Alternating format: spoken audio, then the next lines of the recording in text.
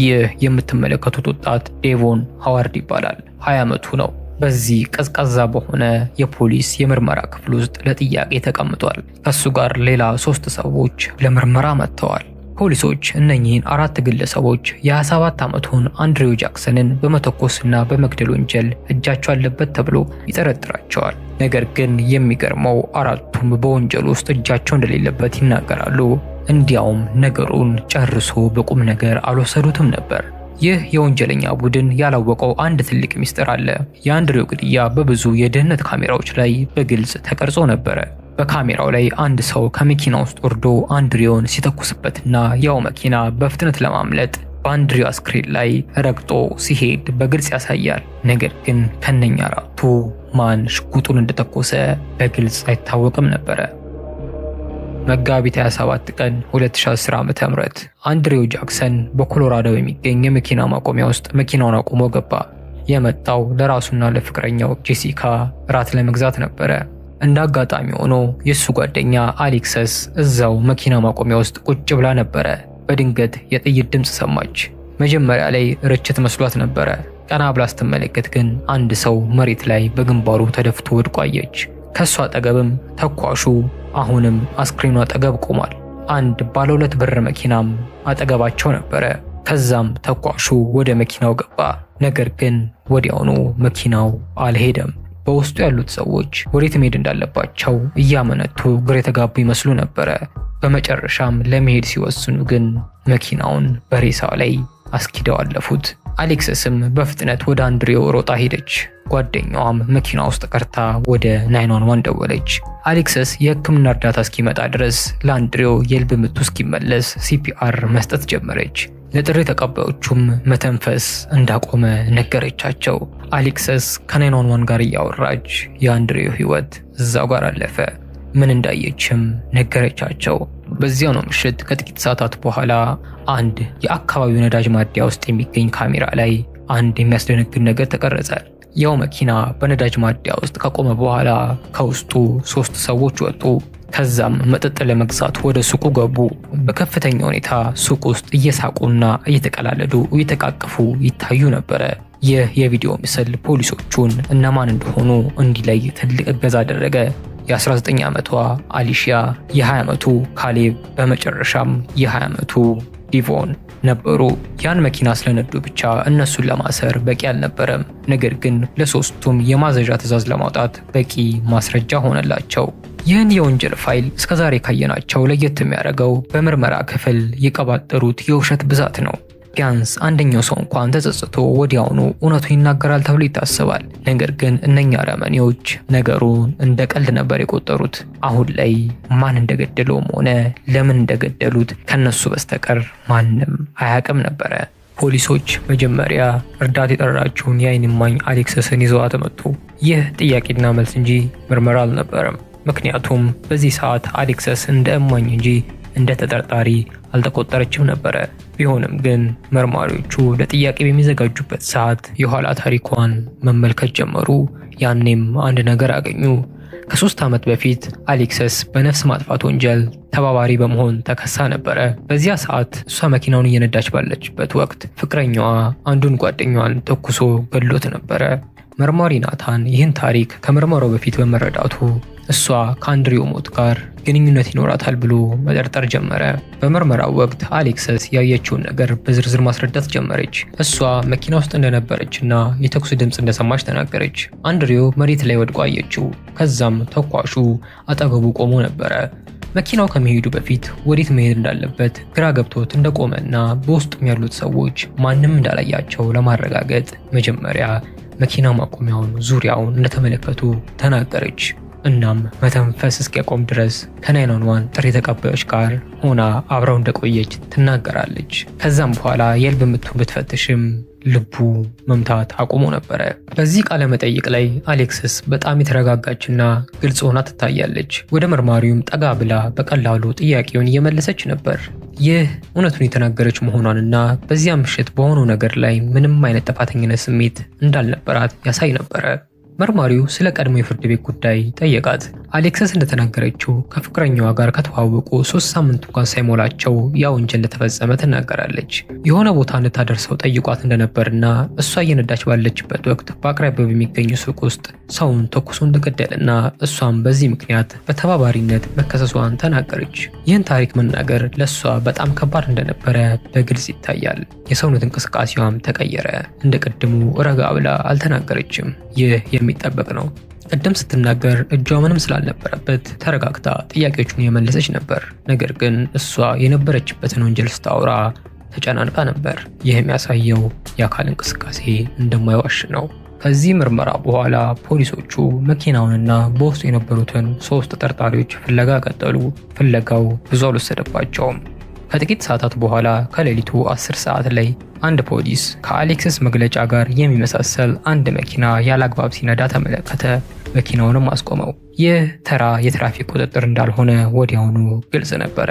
መኪናው 2 በር ቢኖረውም ውስጡ ግን 4 ሰዎች ነበሩ።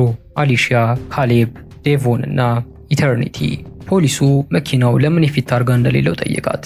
ከዛም አሊሻ የታርጋ መያዣው ተሰብሮባት አዲስ ለመግዛት እያሰበች እንደሆነ ትናገራለች። ከዛም መታወቂያ ጠየቃት። ስሟን በፖሊስ ዳታ ቤት በሚመለከትበት ጊዜ አሊሻን ለመያዝ የወጣ የወንጀል ማዘዣ ነበረ።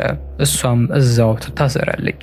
ከዛም የቀሩትን 3ቱን ሰዎች እዛው እንዲሆኑ ነግሯቸው መኪናውን መፈተሽ ይጀምራል። ከዛ በፊት ግን መኪና ውስጥ ሽጉጥ ወይም ቢላ መኖሩን ይጠይቃቸዋል።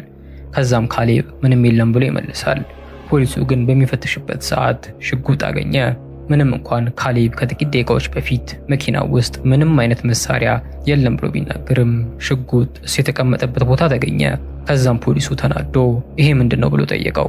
ካሌብም ግራ ለመጋባት ሞከረ። ወዲያውኑ አሰሩትና እሱን መፈተሽ ሲጀምሩ ኪስ ውስጥ ብዙ ጥይት አገኙ። በዚህ ምክንያት ካሌብና የቀሩት 2 ሰዎች ዲቮን እና ኢተርኒቲም ታስረው ወደ ምርመራ ክፍል ተወሰዱ። የሚገርመው ነገር ግን ወደ ምርመራ ክፍል ሲገቡ አሊሻ ባልተለመደ ሁኔታ የተረጋጋችና ደስተኛም ትመስላለች። የታሰረችው ከአንድ የሞት ግድያ ጋር የተያያዘ መሆኑን ጨርሶ ያላወቀች ነው የምትመስለው። ከዛም ሁሉንም ተጠርጣሪዎች ለየብቻ ማናገር ጀመሩ። መርማሪዎቹ መጀመሪያ የጠየቁት የግድያ መኪናውን ትነዳለች ተብላ ከምትገመተው አሊሺያ ነበረ። አሊሺያ የተቀመጠችው ቴሌቪዥንና ሰዓት ባለው ምቹ ክፍል ውስጥ ነበር። ይህም ከተለመደው ቀዝቃዛና ባዶ የምርመራ ክፍል ፍጹም የተለየ ነበረ። ይህ ሆን ብሎ የተደረገ ስልት ነበረ። ተጠርጣሪዎች ምቹ ቦታ ሲያገኙ ደህንነት ይሰማቸውና በነፃነት መናገር ይጀምራሉ። በዚህ ሰዓት አሊሻ ሙሉ ወንጀላቸው በደህንነት ካሜራ መያዙንና ፖሊሶች ይህን እንደሚያውቁ ጨርሶ አልተነገራትም ነበረ። ዋናው ግብ እሷ ቀድማ እንድትናገር ማድረግና በኋላ የምትናገረው ነገር ካሜራው ከሚያሳየው እውነታ ጋር ማነጻጸር ነበረ። መርማሪዎቹ ጥያቄያቸውን በቀላል መንገድ ጀመሩ። ውሃ አቀረቡላት። እንደ ጓደኛም ሆነው ቀረቧት። ሰዎች ከማያውቁት ተራ እንግዳ ይልቅ እንደ ጓደኛ ለሚቀርባቸው ሰው እውነቱን የመናገር እድላቸው ሰፊ ስለሆነ ይህን መርማሪዎቹ ተክነውበታል። ምርመራው እያደገ ሲሄድ ግን ይህ ወዳጃዊ ስሜት ቀስ በቀስ እየቀረ ይመጣል። የት እንደምትኖር ጠየቋት። እሷም በየቦታው እንደምትኖርና አንዳንዴም የገዛ መኪናዋ ውስጥ እንደምታድር ተናገረች። ይህ ዝርዝር መረጃ እሷን በግድያው ወቅት ጥቅም ላይ ከዋለው መኪና ጋር በቀጥታ ስለሚያገናኛት በኋላ ትልቅ ዋጋ ነበር ያስከፈላት። ከዛም ስለ መኪናው ጠየቋት፣ መቼ እንደገዛችው። አሊሻም መኪናውን ከ6 ወራት በፊት በጨረታ እንደገዛችው ትናገራለች። እንዲሁም 2 ቁልፎች ብቻ እንዳሉትና 2ቱም ቁልፎች እሷ ጋር እንደሚገኙ ተናገረች። ይህ ንግግሯ በኋላ ላይ መኪናውን እኔ ያልነዳሁትን ብትል በራሷ ንግግር ወጥመድ ውስጥ ይከታታል። መርማሪዎቹ ይህን ነበር የፈለጉት። ምክንያቱም 2ቱም ቁልፎች በሷ እጅ ብቻ ካሉ መኪናውን ከሷ ውጪ ማንም ሊነዳው አይችልም። ጥያቄዎቹ እየጠነከሩ ሲሄዱ አሊሻ ይበልጥ መረበሽ ጀመረች። በምርመራው ሙሉ እግሯ የተንቀጠቀጠ ነበረ። በወንበሯ ላይም ወዲያና ወዲህ ትል ነበረ። አርፋ መቀመጥ ከብዷታል። ቀላል ጥያቄዎችን ሲጠይቁ እንኳን መርማሪዎቹን አይናቸውን ከማየት ትቆጠብ ነበረ። ከዛም ታሪኩን መናገር ቀጠለች። በዚያ ምሽት ካሌብ ባቀረበው ጥያቄ መሰረት ብዙም የማታውቃትን አንዲት ሴት እንደጫነችና ከዛም ወደ ካሌብ ቤት እየሄዱ እንደነበረ ትናገራለች። ፖሊሱም እነሱን ከማስቆሙ በፊት ለአጭር ጊዜ መጠጥ ለመግዛት ሱቅ መግባታቸውን ትናገራለች። መርማሪዎቹ አሁን ከሷ ግልጽ ታሪክ አግኝተዋል። ይህ ማለት ከዚህ በኋላ የምትናገረው ነገር አሁን ከተናገረችው ነገር ጋር ከተጋጨ እንደዋሸች በቀላሉ ማሳየት ይችላሉ። በተጨማሪም ሌላ ትልቅ ነገር እንድታረጋግጥ አደረጉ። ፍቅረኛዋ ዴቮን በዚያ ሳምንት ከሷ ጋር እንደነበረና ሌላ ማንም ሰው መኪናዋን እንዳልነዳው ትናገራለች። ይህ ማለት መኪናዋ በነበረችበት ቦታ ሁሉ እሷና ዴቮን አብሮ ነበሩ ማለት ነው። በዚህ ጊዜ መርማሪዎቹ ለአጭር ጊዜ እረፍት ወሰዱ። ሲመለሱ ግን አካሄዳቸው ተለወጠ። እውነተኛ ጫና በማሳደር ሙሉ በሙሉ የእምነት ቃል ለማግኘት መሞከር ጀመሩ። ምርመራው እየቀጠለ ባለበት ሰዓት ሌላ የፖሊስ ቡድን እጅግ በጣም ከባዱን ስራ እያከናወነ ነበር። የአንድሪዮን ቤተሰብ እሱ መሞቱን ማርዳት። በእኩለ ሌሊት ላይ መርማሪዎቹ የአንድሪዮን ቤት ሲያንኳኩ ነቅታ የነበረችው ፍቅረኛው ብቻ ነበረች። በቀጥታ ነገሯት። አንድሪዮ መኪና ማቆሚያ ውስጥ በጥይት ተመቶ ተገሏል። ጄሲካ በሰማችው ነገር ሙሉ በሙሉ ተሰበረች። ምንም ነገር እንደተፈጠረ ጨርሳ አላወቀችም ነበር። አንድሪዮ ከቤት የወጣው ለሷና ለራሱ እራት ለመግዛት ነበረ። ነገር ግን መርማሪዎቹ ግራ የገባቸው ነገር አንድሪዮ የተገደለው ምንም በማያውቀው ነገር ነው ወይስ ከገዳዮቹ ጋር ግንኙነት ነበረው? ይህን ለማወቅ መጀመሪያ ነገሩን በጥልቀት ማጣራት ነበረባቸው። ምናልባት ከገዳዩ ቡድን ጋር የነበረው የተደበቀ ግንኙነት የእጽ ግብይት ወይም ሌላ አለመግባባት እንዳልሆነ ለማረጋገጥ ጄሲካን ለበለጠ ምርመራ ይዘዋት መጡ። መርማሪዎቹ ከምርመራው በፊት አንድ ጥቆማ ደርሷቸው ነበረ። የጄሲካ የገዛ ወንድም በአንድ ወቅት አንድሪዮን ዝቶበት እንደነበር ይህ የጠቆመ ሰው ተናገረ። በምርመራው ወቅትም ጄሲካን ይህን አረጋገጠች። ከአንድ ወይም 2 ዓመት በፊት ወንድሟ በጭቅጭቅ መካከል አንድሪዮ አስፈሪ ዛቻ ሰንዝሮ እንደነበረና ሁኔታው በጣም አሳሳቢ ስለነበረ እሷና አንድሪዮ ከሱ ለመራቅ ሲሉ ወደ ሌላ ቤት እንደቀየሩ ትናገራለች። ነገር ግን ወንድሟ በሌላ ወንጀል ምክንያት የጦር መሳሪያ መያዝ አይችልም ነበረ። ከዛም በተጨማሪ ካሜራ ላይ የታየው መኪና ከሱ መኪና ጋር ጭራሽ አይገናኝም ነበረ። ምርመራው ከመጠናቀቁ በፊት ጄሲካ አንድ የመጨረሻ ልብ የሚሰብር ጥያቄ መርማሪዎቹን ጠየቀቻቸው። አንድሪዮ በትክክል የተመታው የት ቦታ ላይ ነው? ደረቱ ላይ መሆኑ ሲነገራት በቀስታ ድምፅ ይህ ይገባው ነበር? መርማሪዎቹም ማንም ሰው ይህ እንደማይገባው ነገሯት። አሁን የሚመስለው አንድሪዮ በተሳሳተ ሰዓትና በተሳሳተ ቦታ በመገኘቱ ምንም በማያውቀው ነገር እንደተገደለ ነው። ከዛም መርማሪዎቹ የጄሲካን ወንድም በቀጥታ ለማነጋገር ይዘውት መጡ። ከዛም ከጉዳዩ ጋር ምንም አይነት ንክኪ እንዳልነበረው ሙሉ ለሙሉ አረጋገጡ። አሁን ማስረጃዎች የሚያሳዩት ካሌብ፣ ዲቮን፣ አሊሺያ ከአንድሪዮ ጋር ምንም አይነት ግንኙነት አልነበራቸውም። ታዲያ ወንጀሉ የተፈጸመው ለምን ምክንያት ነበረ?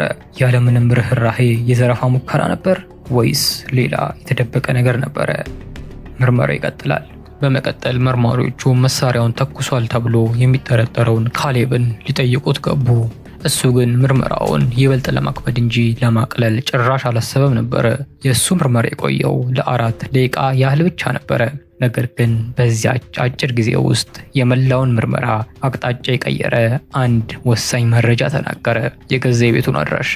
ካሌብ ለአብዛኞቹ ጥያቄዎች ምላሽ ላለመስጠት ፈቃደኛ ባይሆንም ነገር ግን አንድ የተናገራት ነገር በቂ ነበረች። ፖሊሶች ወዲያውኑ ለአድራሻው የፍተሻ ማዘዣ ወጡ።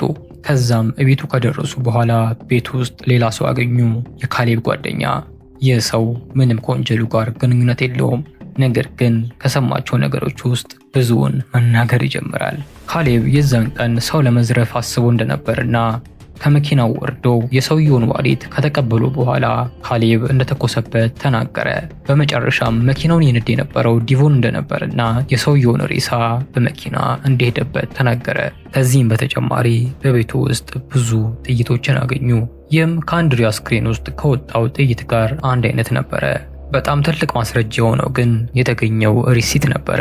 ግድያው ከተፈጸመ ከጥቂት ደቂቃዎች በኋላ አንድ ሱቅ ውስጥ ገብቶ እንደነበር ይታወቃል። ደረሰኙ የሚያሳየው እዛ እየሳቁና እየተቀላለዱ የታዩት ሰዎች እነሱ መሆናቸውን የሚያረጋግጥ ነበረ። በመጨረሻም ለምርመራ የሚያናግሩት መኪናውን ሲያሽከረክር እንደነበረ የሚታመነውን ዲቮንን ነበረ። መርማሪዎቹ ስለሱ አንድ በጣም ወሳኝ ነገር ያውቁ ነበረ። ፍቅረኛውን አሊሻን ከወንጀሉ ለመከላከል ምንም ነገር ከመናገር እንደማይቆጠብ ያውቁ ነበረ። ይህን እሷን ለመጠበቅ ያለውን ትልቅ ፍላጎት በመጠቀም ነገሮችን እንዲያወጣ ለማድረግ አቀዱ። በሱ ላይ ጫናው እየጨመረ ሲመጣ ዲቮን ስለ አንድሬው ግድያ ብቻ ሳይሆን ቀደም ሲል ከካሌብ ጋር ስለፈጸማቸው ወንጀሎች ማንም ሳይጠይቀው መናገር ይጀምራል። በዚህም ምክንያት በዚህ ወንጀል ብቻ ሳይሆን በብዙ ወንጀሎች በመጨረሻ ላይ እንዲከሰስ ለራሱ ጉድጓድ እየቆፈረ ነበረ። በዚያች ምሽት ዝም ብለው እየተዝናኑና በመኪና እየተዘዋወሩ እንደነበረና ወደ መኪና ማቆሚያውም የገቡት ያለምንም ዓላማ እንደነበረ ገለጸ። መኪናውን እየነዳ የነበረው እሱ ራሱ መሆኑን አምኖ አሊሻ ምንም ነገር ጨርሶ እንደማታውቅና በእቅዱ ውስጥም እንዳልነበረ አጥብቆ መናገር ጀመረ። ዲቮን እሱንና ካሌብን ይበልጥ ጥፋተኛ ከሚያደርግ ንግግር ለመቆጠብ ቢሞክርም መርማሪዎቹ ግን የሱን ዋና ግብ አስታወሱት። የአሊሻን ንጽህና ማረጋገጥ ትፈልጋለህ አይደል? እንደዛ ከሆነ በዚያ ምሽት ሙሉ በሙሉ ማወቅ እንዳለባቸውና ይህንን ደግሞ ከሱና ከካሌብ ውጪ ማንም ሊያስረዳቸው እንደማይችል ይነግሩታል። ካሌብ ደግሞ እየተናገረ አይደለም። ስለዚህ አሊሻን ነፃ ማውጣት የምትፈልግ ከሆነ መናገር ጀምር። በመጨረሻም ዲቮን እሱና ካሌብ ቀደም ሲል አብረው ወንጀሎችን ይፈጽሙ እንደነበር አመነ። በአንድሬው ላይ የደረሰው ነገር ግን አስቀድሞ የታቀደ እንዳልነበርና ነገሩ የጀመረው በድንገተኛ የመዝረፍ ሙከራ እንጂ ሰውን ለመግደል አስበው እንዳልነበረ ይናገራል። ነገሩ በጣም ያልታቀደበትና የእብደት ስራ ብቻ ሳይሆን አስቀድሞ አስቦበት ቢሆን ኖሮ ጨርሰው እንደማይያዙ በኩራት ይናገራል። መርማሪዎቹም ዲቮንን ያየውን ነገር በአካላዊ እንቅስቃሴ እንዲያሳያቸው ጠየቁት። ካሌብና አንድሬው የት ቆመው እንደነበር፣ ምን ያህል ተቀራርበው እንደነበርና አንድሬው ምን አይነት ምላሽ እንደሰጠ እንዲያሳያቸው ጠየቁት። ዲቮን እንደገለጸውና እንዳሳየው ከሆነ አንድሬው መሳሪያው ከመተኮሱ በፊት ካሌብን ወደ ኋላ ለመግፋት እንደሞከረና ራሱን ለመከላከል እጁን አንስቶ እንደነበር ይናገራል። ይህ በአካላዊ እንቅስቃሴ ታሪኩን እንዲያሳይ ማድረጋቸው ለመርማሪዎቹ ትልቅ ማስረጃ ነበረ። ምክንያቱም አሁን ያሳያቸውን ነገር ከደህንነት ካሜራው ምስል ጋር በቀጥታ ማነጻጸር ስለሚችሉና በኋላ ላይ የሱ ጠበቃዎች ንግግሩን ተደናቅጦ ወይም ተገዶ ያደረገው ነው ብለው እንዳይከራከሩ ያግዳቸው ነበረ። እስካሁን ማስተዋል ያለባችሁ ነገር ዲቮን ካሌብ ተኳሹ እንደሆነ በቀጥታ አልመሰከረበትም ነበረ። መርማሪዎቹ ግልጽ እምነት ስለሚፈልጉ ለሚቀጥሉት ሰዓታት ካሌብን ተኳሹ እያሉ በተደጋጋሚ እየጠሩት ነበረ። ዲቮንም ይህን ሳያስተውል ንግግሩን እየተቀበለ አብሮ መናገር ቀጠለ። ከዛም አንድ ነገር ተፈጠረ። መርማሪዎቹ ዲቮንን አንድሬው በመሞቱ ምን እንደተሰማው ጠየቁት። እሱም በጣም እንደተናደደና ምንም የማያውቅ ሰው መሞቱን እንደማይደግፍ ይናገራል። ከዛ ካሌብስ ምን ተሰምቶት ነበረ ብለው ጠየቁት። ዲቮንም ካሌብ በጣም ደንግጦና ተረብሾ እንደነበረ ተናገረ። መርማሪዎቹም ለምን ብለው ጠየቁት። ዲቮንም ሳያስበው ምን ማለት ነው ለምን ሰው አንድ የገደለው አላቸው። ይህ ማለት መርማሪዎቹ በዘዴ ዲቮን ካሌብ ላይ እንዲመሰክርበት አደረጉት ማለት ነው። በምርመራው ማብቂያ ላይ መርማሪዎቹ የሚፈልጉትን ሙሉ መረጃ አግኝተዋል። ካሌብ ተኳሹ መሆኑን፣ ዲቮን መኪናውን የነዳ እንደነበርና ዝርፊያው ወዳልታሰበ ግድያ መለወጡን የሚያሳይ የዲቮን ከራሱ አንደበት የእምነት ቃል አገኙ። የዲቮን ዋነኛ ዓላማ ፍቅረኛውን አሊሻን ማዳን ነበረ። ይህም ነበር ሁለቱንም ገደል የከተታቸው። ከዚህ ምርመራ በኋላ መርማሪዎቹ ካሌብንና ዲቮንን ሌሎቹን የወንጀል እንቅስቃሴያቸውን በጥልቀት መመርመር ጀመሩ። በዚህ ጊዜ ነው እነኚህ ሁለት ሰዎች የአንድ ጊዜ ዘራፊዎች ብቻ ሳይሆኑ ስራቸው እንደሆነ ያረጋገጡት። ግድያውን ከፈጸሙ በንጋታው አንድ የስልክ መሸጫ ሱቅ ዘርፈው ነበረ። ይህም ብቻ አልነበረም፣ አንድ የነፍሰ ጡር መኖሪያ ቤት ላይ ተኩስ ከፍተው ነበረ። ይህ ቡድን የካሌብን መሳሪያ በመጠቀም ሰዎችን በማስፈራራትና በመዝረፍ ገንዘብ ለማግኘት ሲንቀሳቀስ የነበረና ድርጊቱንም የፈጸሙት አንድ ጊዜ ለአጋጣሚ ሳይሆን ስራቸው መሆኑ ተረጋገጠ። በካሌብና ዲቮን ላይ የተመሰረተው የወንጀል ክስ በሕግ ሂደት ታይቶ ሚያዝያ 14 2011 ዓ.ም ላይ ለፍርድ ቤት ቀረቡ። የፍርድ ቤት ሂደቱ ለ10 ቀናት ከቆየ በኋላ ዳኞቹ ዲቮንን በመጀመሪያ ደረጃ ነፍስ ማጥፋት፣ የነፍስ ማጥፋት ሙከራ፣ በከባድ ዝርፊያና በምስክር ላይ ከባድ ተጽዕኖ በማሳደር በተጨማሪም በ18 ወንጀሎች ተከሶ ጥፋተኛ መሆኑ ተረጋገጠ። ካሌብም በተመሳሳይ ሁኔታ በመጀመሪያ ደረጃ ነፍስ ማጥፋትና በ16 ተያያዥ ወንጀሎች ክስ ተመስርቶበት ጥፋተኛ መሆኑ ተረጋገጠ። ግንቦት 23 ቀን 2011 ዓ.ም ላይ ዲቮን ከፍተኛውን እስር ተቀበለ። የዕድሜ ልክ እስራት ተጨማሪም 279 ዓመት እስራት። ካሌብ ደግሞ የዕድሜ ልክ እስራት ተጨማሪም 118 ዓመት እስራት ተፈረደባቸው። ዲቮን እንደዛ ሊያድናት የሞከረችው አሊሻ ከወንጀሉ አላመለጠችም። ሐምሌ 11 ቀን 2011 ዓ.ም ላይ ዳኞቹ በመጀመሪያ ደረጃ ነፍስ ማጥፋትና በከባድ ዝርፊያ ሙከራ ወንጀል ጥፋተኛ ሆና በመገኘቷ ያለምንም የይቅርታ መብት የዕድሜ ልክ እስራት ፈረደባት። በዚያች ምሽት በመኪናው ውስጥ የነበረችው አራተኛ ግለሰብ ኢተርኒቲ ግን በወንጀሉ ውስጥ ምንም አይነት ቀጥተኛ ተሳትፎ እንዳልነበራት ተረጋግጦ ተለቀቀች።